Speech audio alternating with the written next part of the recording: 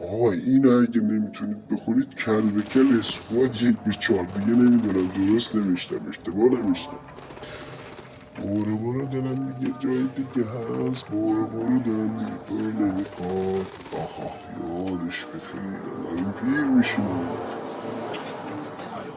چی اسم خانمش آقا یه اگه بشه میخوام آپلود کنم با صدای زبان خودمون ترک قشقایی.